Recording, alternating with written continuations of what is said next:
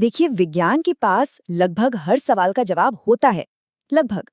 पर कुछ पहेलियां ऐसी भी हैं जो किसी भी तर्क, किसी भी तकनीक से परे हैं। आज हम भारत की कुछ ऐसी ही अनसुलझे केस फाइल्स खोलने जा रहे हैं, जिनके राज वक्त के साथ और भी ज्यादा गहरे हो गए हैं। सुनने में ये किसी फिल्म की कहानी लगती है ना? पर ये कोई कल्पना नहीं, बल्कि राजस्थान के कुलधरा गांव की एक हैरान कर देने वाली हकीकत है। एक ऐसा सवाल जिसने सदियों से सबको उलझा रखा है।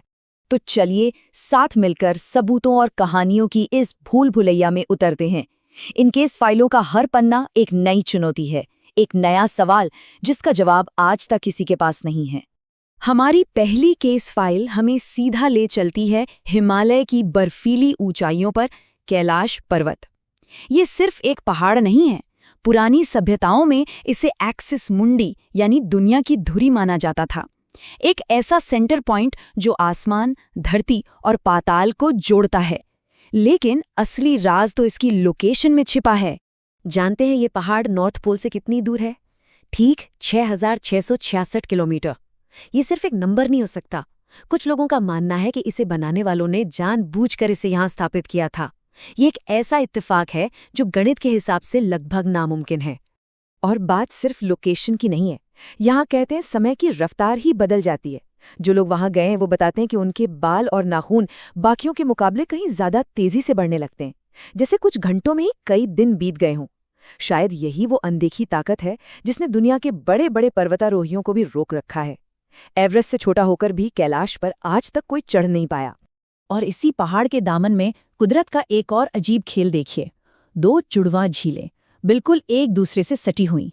एक तरफ मानसरोवर झील जिसका पानी एकदम शांत और मीठा है, और दूसरी तरफ राक्षस ताल जिसका पानी खारा है और हमेशा उफनता रहता है। पुरानी कथाओं के अनुसार ये अच्छाई और बुराई है जो हमेशा के लिए एक दूसरे के साथ कैद हैं। कैलाश के आसमानी रहस्यों से अब जमीन पर उतरते हैं। चलिए उत्तराखंड की एक झील की तरफ, जो ऊपर से जितनी शांत दिखती है उसकी गहराइयों में उतना ही खौफनाक सच छिपा है। इसका नाम है रूपकुंड। पहली नजर में तो बस एक खूबसूरत पहाड़ी झील लगेगी, पर इंतजार कीजिए, जब गर्मियां आती हैं और इसकी बर्फ पिघलती है तो वो सामने आता है जो दिल दहला दे।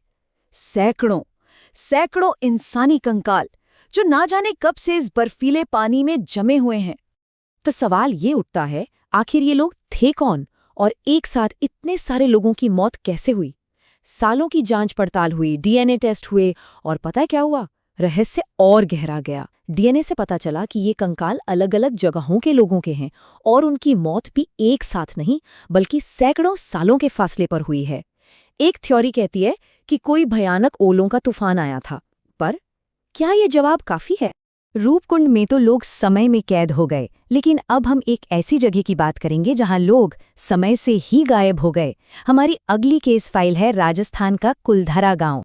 जरा सोच कर देखिए, एक रात को एक पूरा गांव लोगों से भरा है, चहल पहल है, और अगली सुबह वहां सिर्फ खामोशी है। घर अपनी जगह पर हैं, चूल्हों पर खाना तक अधूरा पड़ा है, लेकिन एक भी इंसान नहीं। ना लड़ाई का कोई निशान, ना भागने का। जैसे जैसे हजारों लोग बस हवा में गायब हो गए। वो गए तो गए कहाँ? ये सवाल आज भी एक पहेली है। तो अभी हमने गायब हुए लोगों की बात की, अब बात करते हैं एक पूरे के पूरे गायब हुए शहर की। एक ऐसा शहर जिसे लोग सदियों तक सिर्फ कहानियों में सुनते आए, पर फिर एक दिन वो हकीकत बनकर समंदर की गहराइयों से बाहर आ गया। जी हाँ, हम बात कर रहे हैं भगवान कृष्ण की नगरी द्वारका की। वैज्ञानिकों को गुजरात के तट के पास समंदर के नीचे इसके सबूत मिले हैं।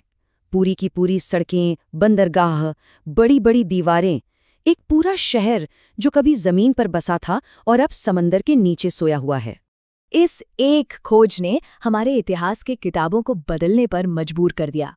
और अब सवाल यह है कि उस डूबे हुए शहर के साथ और कितने राज हैं जो लहरों के नीचे दफन हैं। समंदर की गहराइयों से निकलकर अब जमीन पर आते हैं और बात करते हैं उन अजूबों की जो छिपे नहीं हैं, बल्कि हमारी आंखों के सामने खड़े हैं, फिर भी हमारी समझ से बिल्कुल परे हैं। ये है इल्लोरा का कैलाश मंदिर। अब देखिए, कोई भी बिल्डिंग नीचे से ऊपर की तरफ बनती है ना? पहले नींव, फिर दीवारें, फिर छत। लेकिन इसे बनाने वालों ने सारे नियम तोड़ दिए। उन्होंने एक पूरे पहाड़ को ऊपर से नीचे की तरफ तराशा। मतलब एक भी गलती हुई तो पूरा का पूरा मंदिर बर्बाद। ये किया कैसे गया होगा? इस काम में करीब 4 लाख टन पत्थर पहाड़ से काट के निकाला गया। 4 लाख टन। और सबसे बड़ा रहस्य जानते हैं क्या है? वो पत्थर गया कहाँ? आसपास मीलों तक उसका कोई नामो निशान नहीं है। और फिर आता है आंध्र प्रदेश का वीरभद्र मंदिर।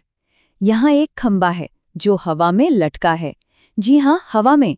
वो जमीन को छूता तक नहीं, पर मंदिर का पूरा वजन उसी पर टिका है। ये कैसे हो सकता है? क्या ये कोई खोई हुई तकनीक थी या कुछ और? चलिए अब हमारी आखिरी केस फाइल की तरफ बढ़ते हैं। ये एक ऐसे रहस्य के बारे में है जिसे जानबूझकर दुनिया से छिपाकर रखा गया है। हम जा रहे हैं केरल के पद्मनाभस्वामी मंदिर, उस एक दरवाजे के पास जिसे खोलने की इजाजत किसी को नहीं है। इस मंदिर के बाकी तहखानों से इतना खजाना निकला है कि दुनिया हैरान रह गई। लेकिन एक दरवाजा, जिसे वॉल्ट बी कहते हैं, वो आज भी बंद है, और इसे बंद रखने का आदेश खुद भारत की सुप्रीम कोर्ट ने दिया है। इस दरवाजे की खासियत ये है कि इस पर कोई ताला नहीं है, कोई कुंडी नहीं, कोई चाबी लगाने की जगह नहीं। इसे सिर्फ 2 बड़े बड़े सांपों की आकृतियों से बंद किया गया है। लोग कहते हैं कि इसके पीछे या तो बेहिसाब दौलत है या फिर कोई भयानक श्राप, और जिसने भी इसे जबरदस्ती खोलने की कोशिश की, उसके साथ कुछ ना कुछ बुरा जरूर हुआ। पर सबसे ज्यादा डराने वाली बात ये नहीं है। जिन लोगों ने हिम्मत करके इस दरवाजे पर कान लगाया, वो कहते हैं कि अंदर से पानी की लहरों की आवाज आती है। सोचिए, एक बंद तहखाने के अंदर से समंदर की आवाज। ये सारी कहानियां, ये सारे रहस्य हमें बस एक ही बात का एहसास कराते हैं कि हम सब कुछ नहीं जानते। शायद कुछ पहेलियां सुलझाने के लिए होती ही नहीं है।